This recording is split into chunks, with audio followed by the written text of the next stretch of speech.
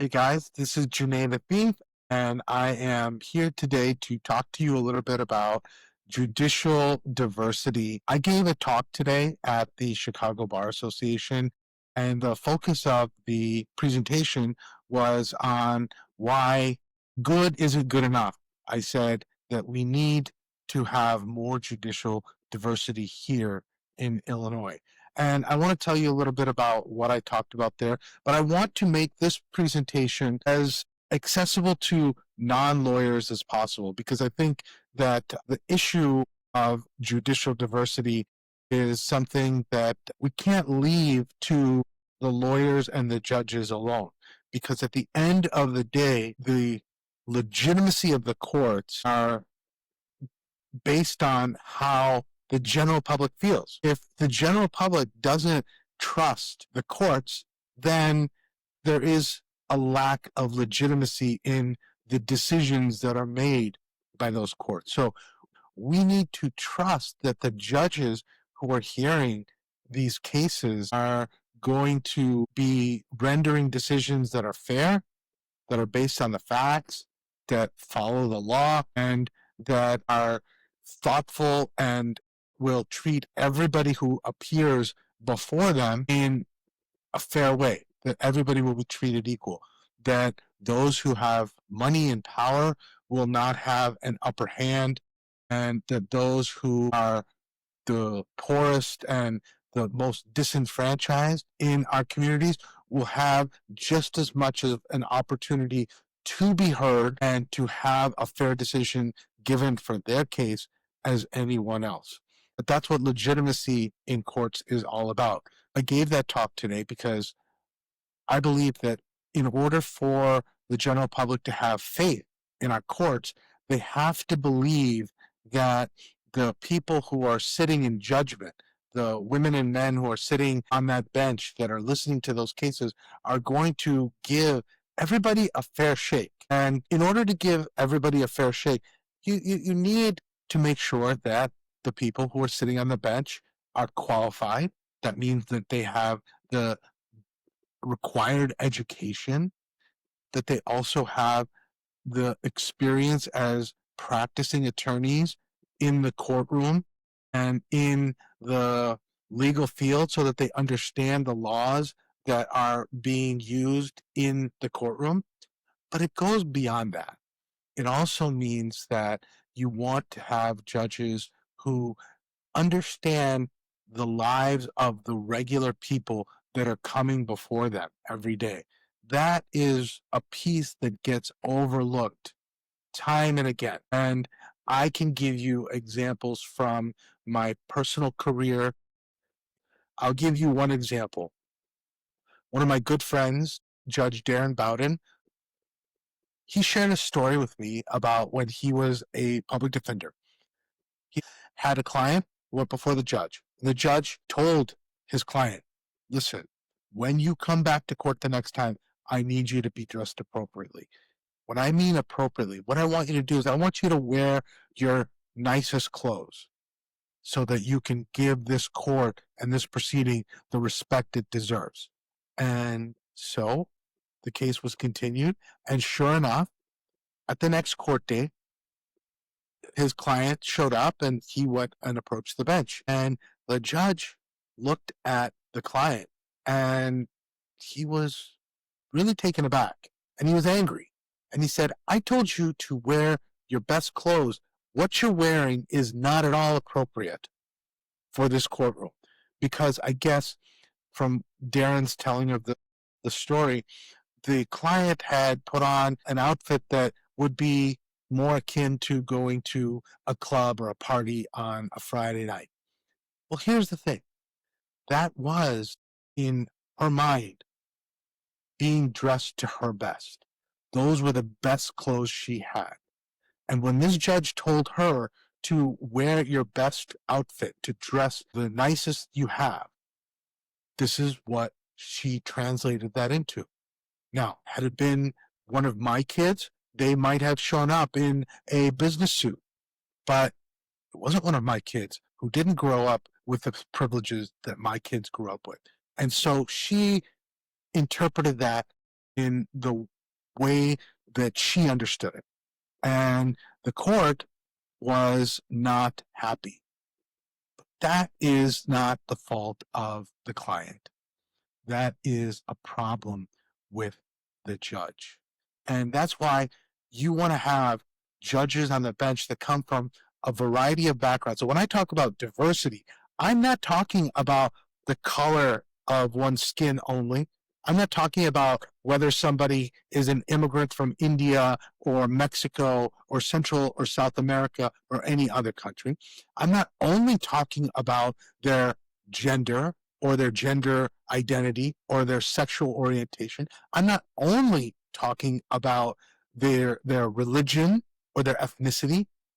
I'm talking about those things and also the lived experiences that come from having those backgrounds and growing up in America. So the experiences that I had as an immigrant from India who came to this country at a very young age and in a time where the culture and the attitudes were very different than they are today, and the experiences that I had from grammar school through high school, through college, law school, as a young lawyer, as a intermediate lawyer, and now as a senior lawyer. Those are all lived experiences that are unique to me and to people like me.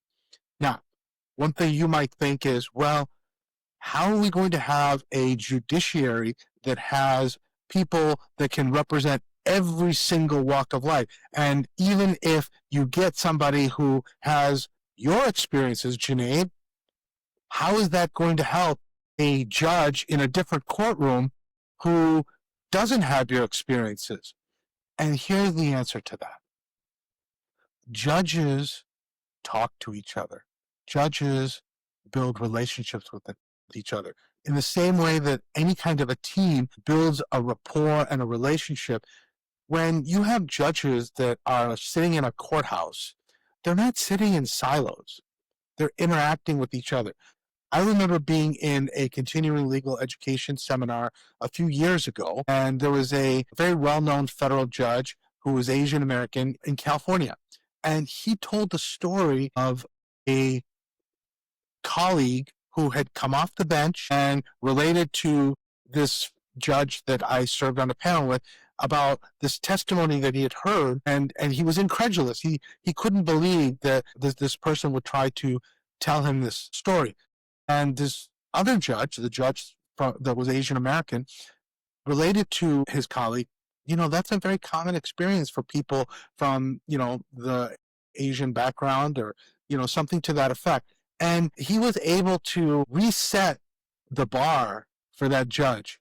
That judge didn't necessarily have that lived experience, but because his colleague did, he was able to grow and learn from being associated with that colleagues. When we talk about diversity, number one, we're not just talking about one's skin color or, religion or ethnicity or immigration background, etc.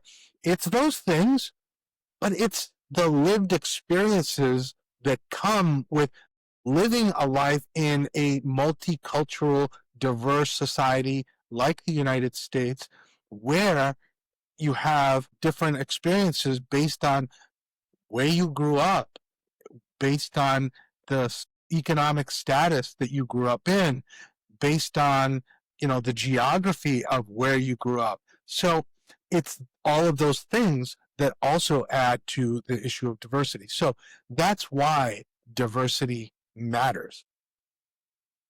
In the talk that I gave today at the Chicago Bar Association, we talked to a group of lawyers about the fact that we perceive that the judiciary in Illinois is diverse. And a lot of that stems from the fact that we do have a extraordinarily diverse Supreme Court. But that does not mean that our courts are diverse. When I go out and talk to people, I tell them that our courts aren't diverse, but others will say, yes, but I know this many black judges. I know this many Indian American judges. I know this many gay or lesbian judges. I know this many Latino judges. That's all well and good. But the question is, are these anecdotes enough to make us feel that we have a diverse court? My opinion, no. The only way you really know if you have diversity in the courts is if you have the data to back up that assertion. Diversity means that we need to have a representative group of jurists on the bench reflecting the community that they are serving. The way to know whether or not you have that is to collect the demographic data on the people who are becoming judges. And who better to collect that information than the court system itself?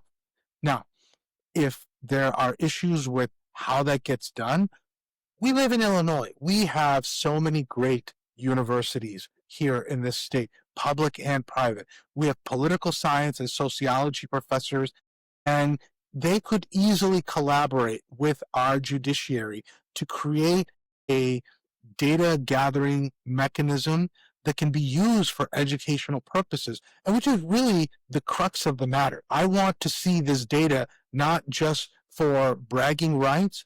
It's not something to be kept behind a paywall credential. It's meant to be publicly available so that researchers, community organizations, the courts, the legislature, the governor's office, everybody can have access to it. They can analyze it and they can use it to make decisions, policy oriented, funding oriented, activism oriented. So we want to have that data available. How do we know that the Illinois judiciary is diverse? I don't think that we do know that. We have anecdotes, but we don't have data. Until we have data, we're not going to be able to say with certainty that our courts are diverse. So I'm going to begin with the premise that Illinois courts are not diverse and that we need to do more to make them diverse. In order to do that, I have thought of a few ideas that I think would be critically important to moving us in that direction. Number one, we need to collect data on what the court demographics look like right now. Number two, we need to improve the judicial evaluation mechanisms that we use to evaluate lawyers who are interested in becoming judges. And number three, we need to make the process by which we appoint associate judges and fill circuit court judge vacancies in between elections more transparent and more objective. Four, we need to create mentoring programs for prospective judges. And five, we need an education program that helps prepare judicial candidates for the role of judge. So I want to go through each of these one by one. We've already talked about the importance of collecting data. If we have data, then we will know that certain jurisdictions are doing it well and certain jurisdictions are falling behind. When we see that certain jurisdictions are doing it well, what do? We look at what they're doing and we try to replicate that. We try to learn from that and we try to take what good they're doing and put it into other jurisdictions. And where the data shows that that jurisdiction is not doing well, now we have evidence to say we need to do better here. It won't be enough for those jurisdictions to say, oh, well, we have a black judge, we have an Asian judge, et cetera, et cetera. The perception doesn't meet the data, then the data trumps, and the data is what will guide us. Fixing the judicial evaluation process. This is a critically important step. When judicial elections take place, people rely on bar associations and their recommendations. Unfortunately, bar association evaluations are varied. Some are very reliable, some are notoriously unreliable.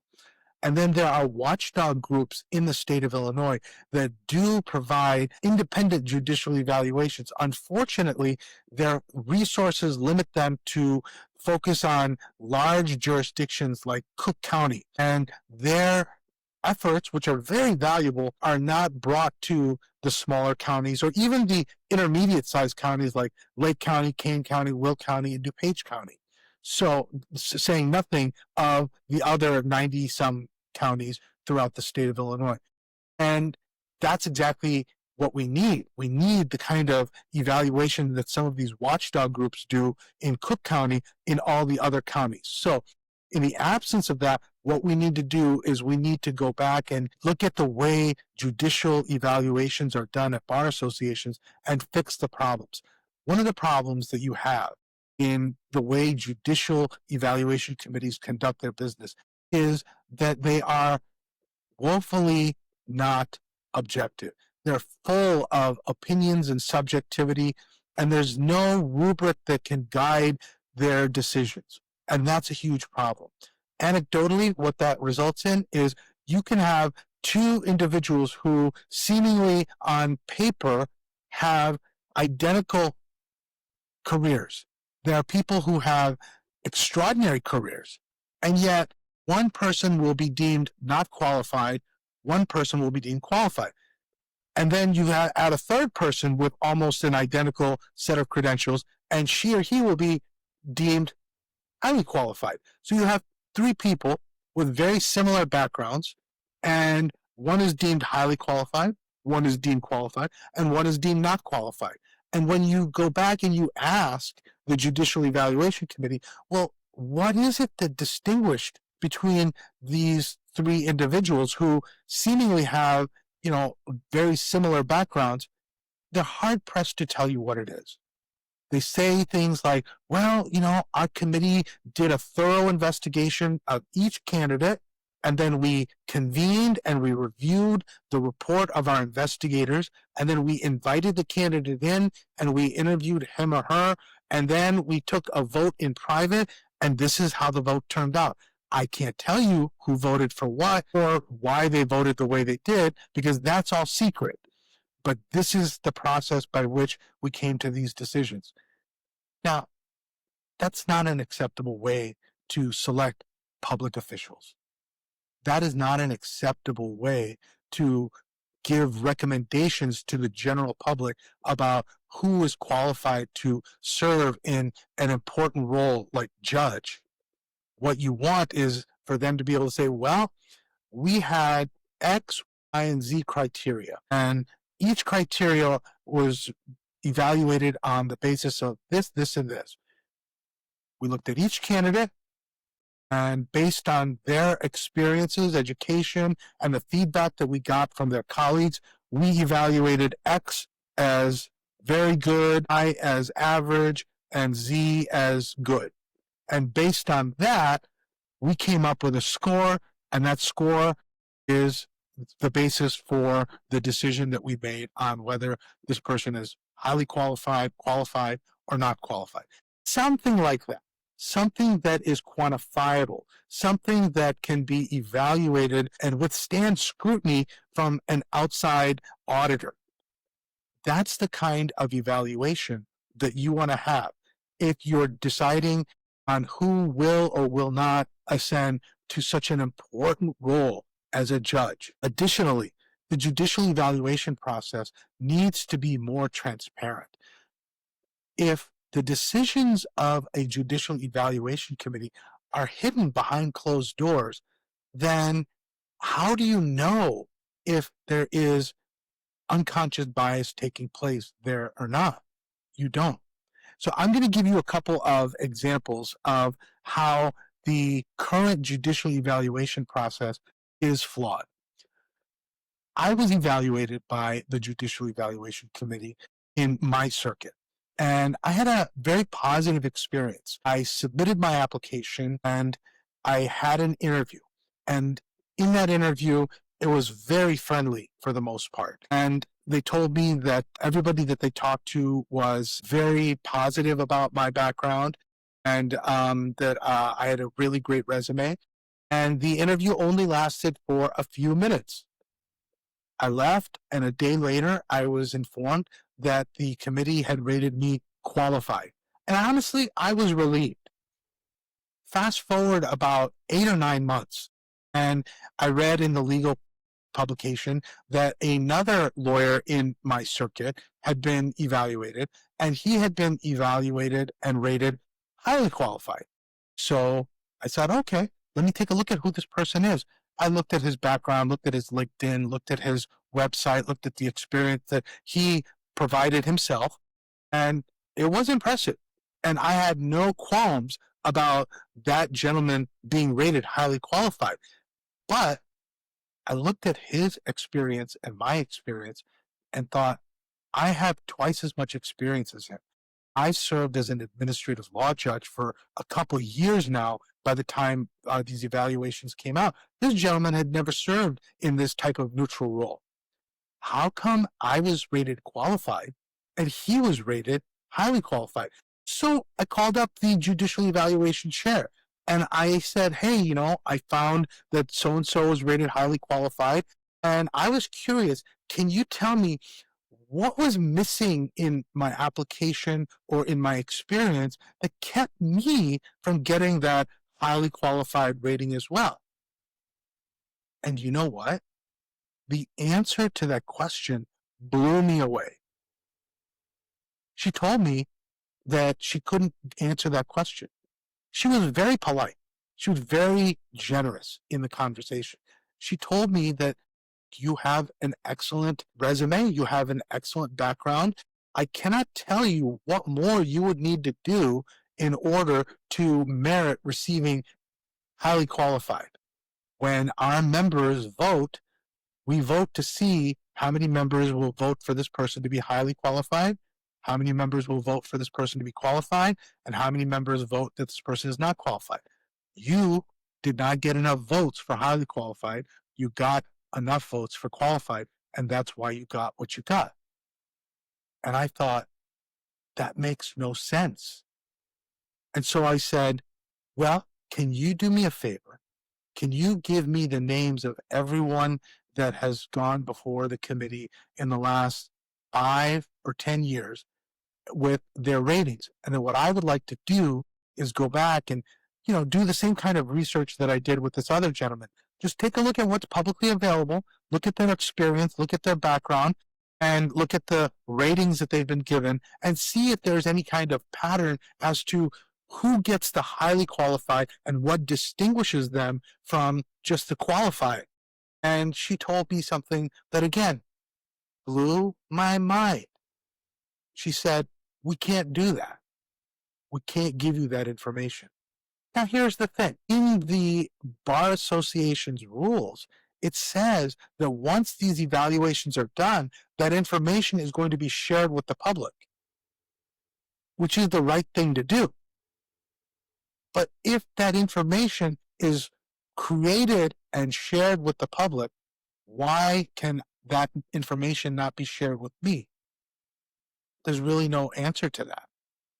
Privacy isn't an issue because the whole point of someone putting him or herself before a judicial evaluation committee is to be evaluated for the purpose of serving in what? In public office. And so when I did the evaluation, I signed up to say, look, you can share this information publicly. And so when she told me that she couldn't do that, again, I was floored. What this illustrates is the following. The system is flawed and it needs to be fixed. Now, every bar association does things differently. So the experience that I had may not be the same experience that someone has in a different bar association. But shouldn't the evaluation process for judges be at some level both objective and uniform across jurisdictions within the state of Illinois? In the state of Illinois, we're subject to the same Supreme Court rules, the same rules of civil and criminal procedure, the same rules of evidence, and the same case law.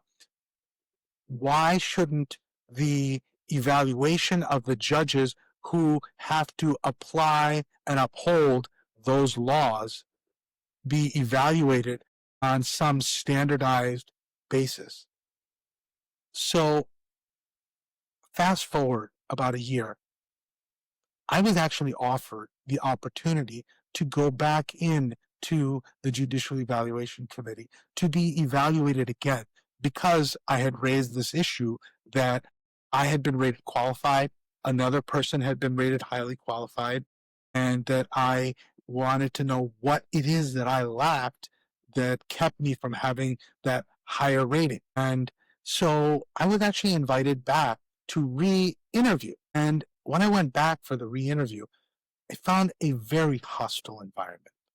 Essentially, I was invited back to re-interview to prove why I should be rated highly qualified. And the kind of questions that were asked of me were really shocking. Number one, and the thing that really blew me away, they asked me why I should be rated highly qualified, given that my practice, my career hadn't been in that circuit. It had been in Cook County, where the bulk of my career has been spent. And I said, well, look, the bulk of my career has been spent in Cook County because that's where I found the jobs over the course of my career. I would love to have been able to stay local, but that was not an option, number one. And number two, it's the same laws, the same rules of procedure. That doesn't change from circuit to circuit. So if I gain a solid set of experiences in a different circuit, that should be applicable for this circuit as well. And they said, well, that's not true. You don't know the people in our community. And I said, no, actually, I know the people in our community very well. I may not know the lawyers very well because you all are not people that I practice with on a regular basis, but the community, that is something that I am very well acquainted with. I explained that I coach youth wrestling. I explained that I am very active in our local school board. I explained that I volunteer my time at the community college speaking to students. I explained that my family and I are very passionate about helping the unhoused and the hungry, and we volunteer our time together on a variety of different charitable efforts on a consistent basis year over year within the community. I explained that I'm a part of a mosque that's very civically engaged in the community. And I said, through all these different things, I actually have a very good relationship with the community, the women and men and children who come before the courts. And this is what blew me away. One of the lawyers in the room looked at me and said, so basically, you've got the same kind of exposure to the community that a gas station owner around the corner might have. And I was speechless. I usually don't find myself speechless. But in that moment, I wasn't sure what to say. I didn't know how to respond. What this person was saying is that all the work that I've done is the equivalent of being a gas station owner. Now, mind you, there is nothing bad about owning a gas station. It's a respectable job. And to me, being a local business owner and having a relationship with the community is something to be valued. It's something to be applauded. But there was something in his voice that was very denigrating. And I wondered in that moment, he knows that I'm an Indian immigrant. When he likens me to nothing more than a gas station owner, is this some type of bias that's creeping in? Why did he choose gas stations in that moment? So I was really dumbfounded by that. But then the problem was exacerbated. It was made even worse. Do you know how it was made worse? Not a single person in that room chastised that individual. Not a single person in that room raised an objection to that question. Not a single person in that room said, hey, that's out of line. Hey, that's inappropriate. No one did that. They ended the interview at that point. This is the inner workings of judicial evaluation committees in some instances. Now, I'm not in every single meeting, but I have been on the other side of the table. Earlier in my career at another bar association, I served on the Judicial Evaluation Committee. And so I've had the perspective on the other side, albeit when I was a much younger lawyer. And I'll share a story with you about that experience. When I was a much younger lawyer, I served on a Judicial Evaluation Committee. And over a period of time, I noticed something that was very troubling, but I couldn't quite put my finger on it. Now, fast forward to 30 years later, I understand what it is that really rubbed me the wrong way that I just couldn't put my finger on at the time.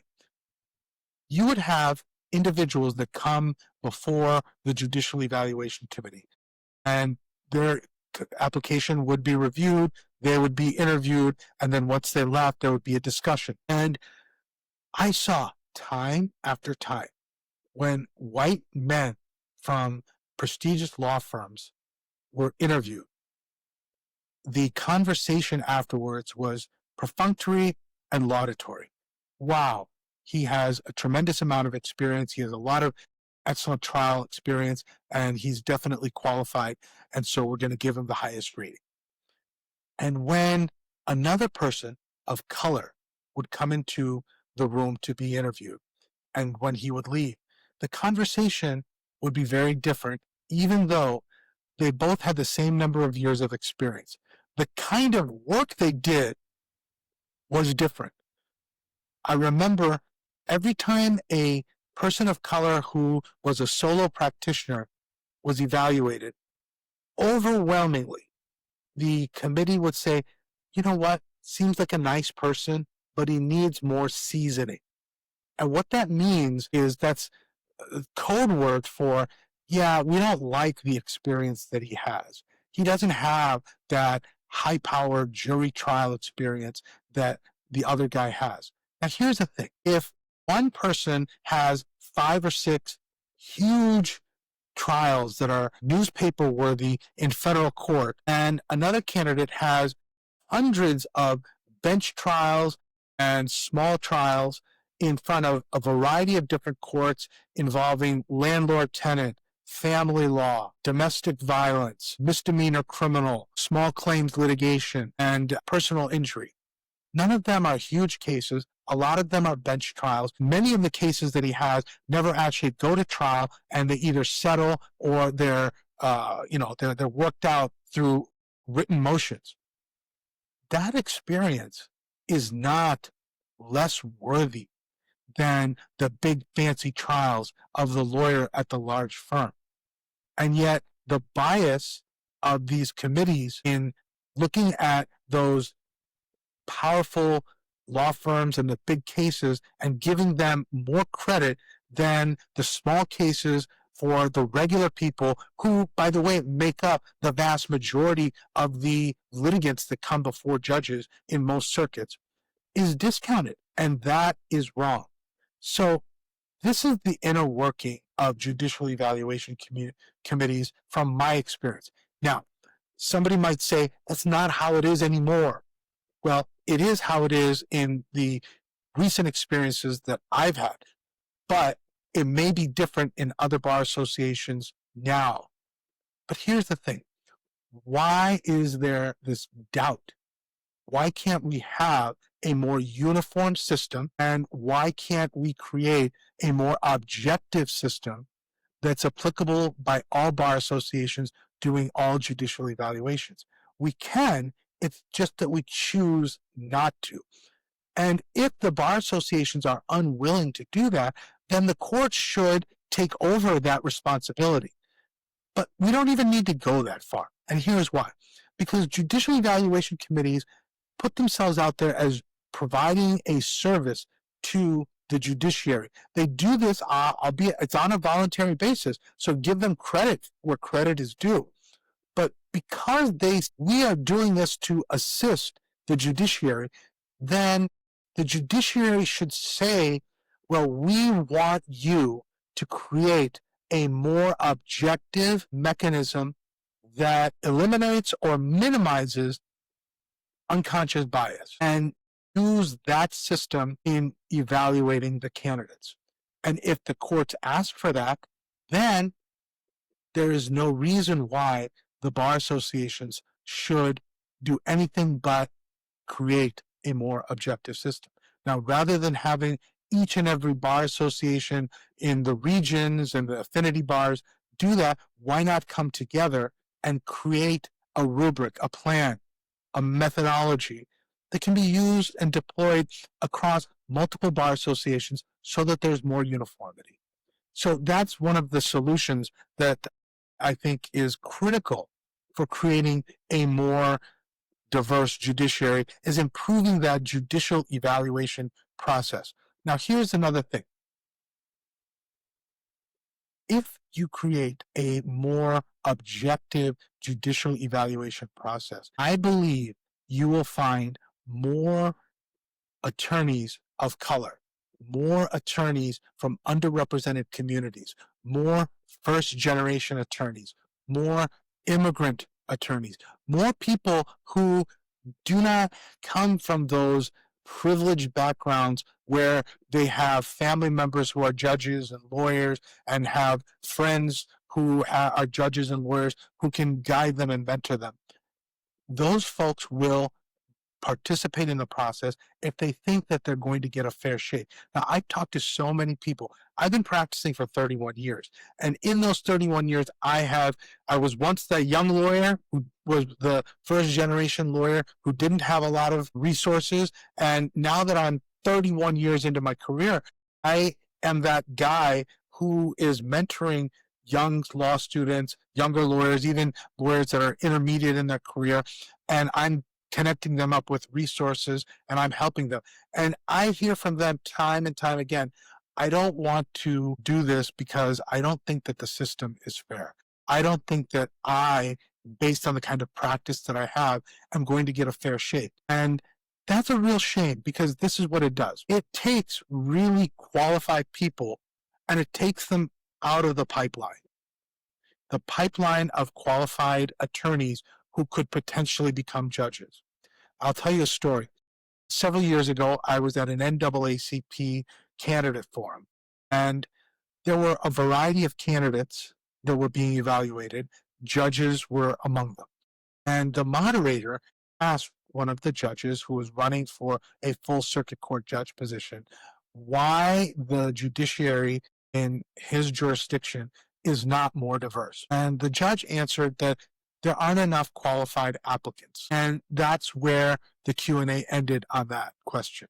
Unfortunately, the moderator didn't dig in and delve further. I was in the audience and I thought to myself, what does he mean there are not enough qualified applicants? Is he saying that among the underrepresented communities, there just aren't qualified applicants?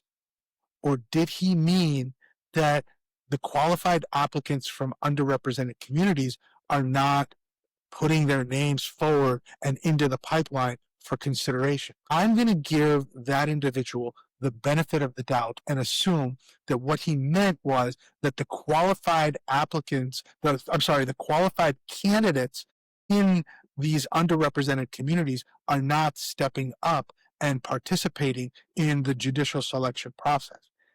If that is in fact the case, then we know that by improving the judicial evaluation process, we can help increase the number of people who come from underrepresented communities and get them to participate in this process so that that issue, the lack of qualified applicants in the pipeline, will be less of an issue and hopefully will no longer be an issue in time. So that's one of the reasons why improving the judicial evaluation mechanism is going to be so critical to addressing the lack of diversity in Illinois courts. Another issue is the lack of mentoring. Now, as I've said time and again, I'm a first generation lawyer. I'm an immigrant in this country. When I became a lawyer and all throughout my career, I've had to scratch and claw to get everything that I've gotten. And it's been difficult because I haven't had a lot of mentors. I haven't had a lot of support. Now, later in life, I am in a position where I'm able to help younger lawyers and law students. So I see what I'm able to do for these folks. And I think to myself, gosh, I wish I had this for myself. In fact, that's what motivates me to want to be a good mentor, especially to these law students and lawyers, is because I know what I missed out on and I understand what would be helpful. And so I want to turn back around now that I've achieved something and help the next people in line.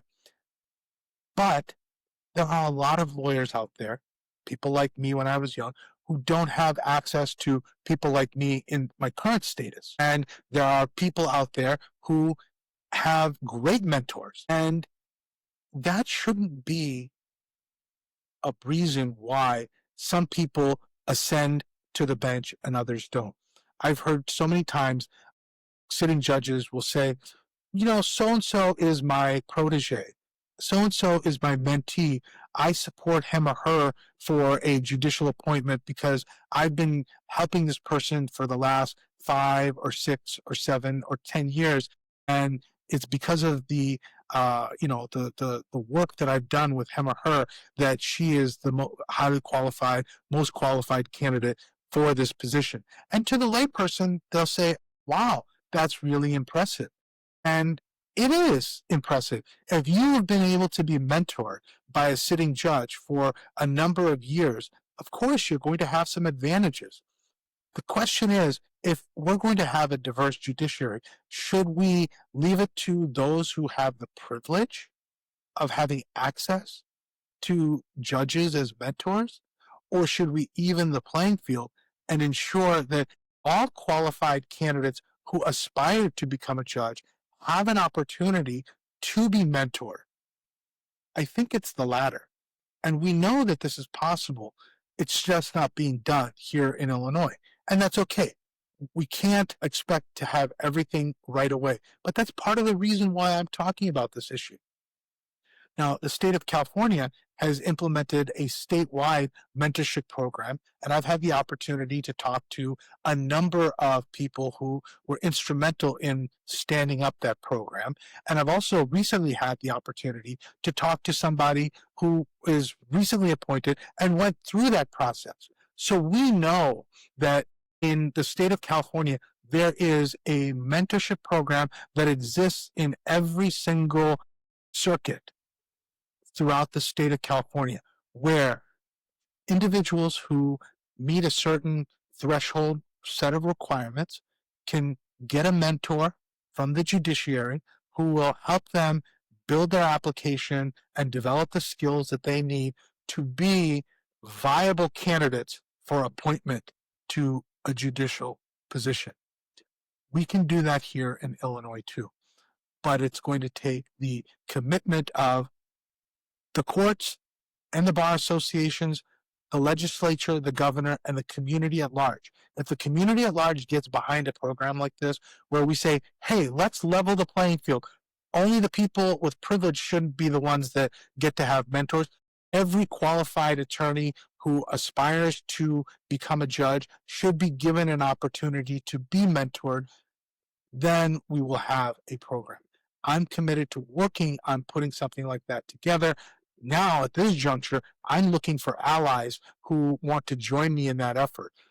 If I can find judges and legislators and community activists who believe that having a statewide mentorship program that levels the playing field and ensures that all qualified applicants, whether they're from underrepresented communities or not, have the opportunity to be mentored, get mentors, then we will take a big step towards making sure that our judiciary is more diverse. And lastly, judicial education. Now, think about this. In order to become a lawyer, you need to go to law school. Once you're a lawyer, if you want to become an arbitrator or a mediator, you need to take a 40-hour training in order to do that. If you want to become a better trial lawyer, you have to take various trial advocacy classes to help you build your skills. But when it comes to judges, the judges college comes after you become a judge. That doesn't make any sense. If we want to have qualified people being appointed to judicial positions, doesn't it make sense to develop and run judicial education for prospective candidates who meet certain qualifications so that they will be ready to hit the ground running when they're appointed? And doesn't it make sense that if we have people who are aspiring to become judges and have certain requisite qualifications, they get training and education on what it takes to be a judge, what it's required to be an effective judge, and what kind of skills and knowledge you need to have to be a judge on a day-to-day basis, and you give them that education before they're considered, then you have a corpus, a body of knowledge that you can evaluate and say, all right, this person participated in this judicial college because she or he aspires to be appointed or elected to become a judge. And we should use that as part of our objective metrics in evaluating this person. Same with the mentoring.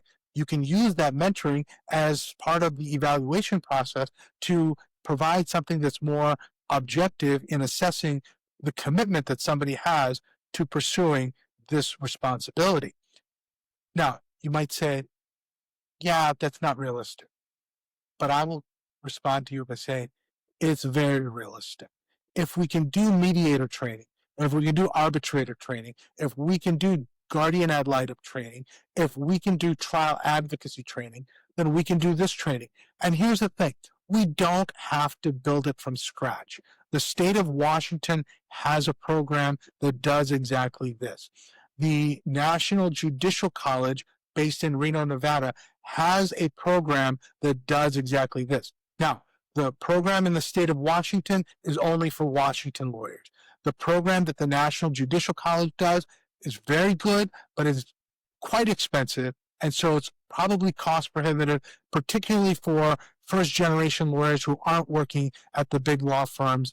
And so what we can do is we can use what they're doing, look at what their curriculum is, look at the success and the failures in their program, talk to the people who have matriculated into that program and then graduated out of it, and talk to them about what was good, what was bad, and we can craft our own here in Illinois. Who's going to do it? It could be a partnership of law schools and courts and bar associations.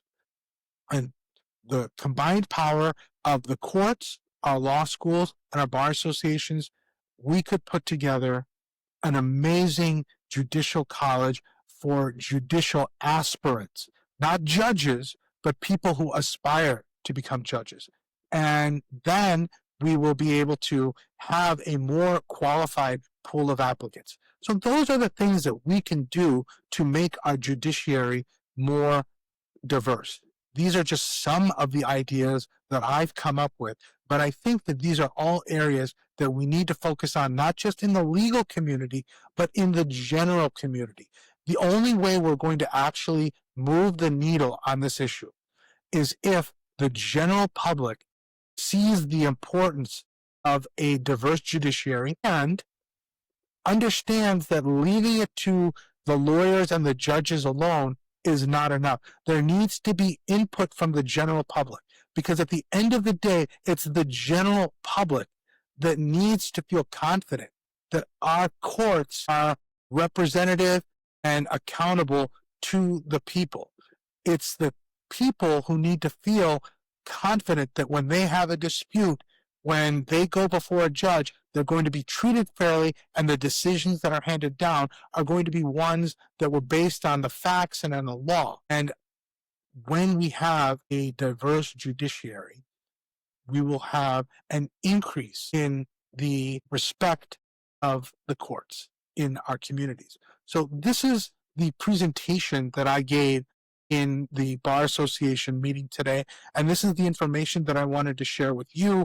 I think it's really important for us to continue to talk about the issue of judicial diversity and the ways that we can reform the system to make our judiciary more diverse.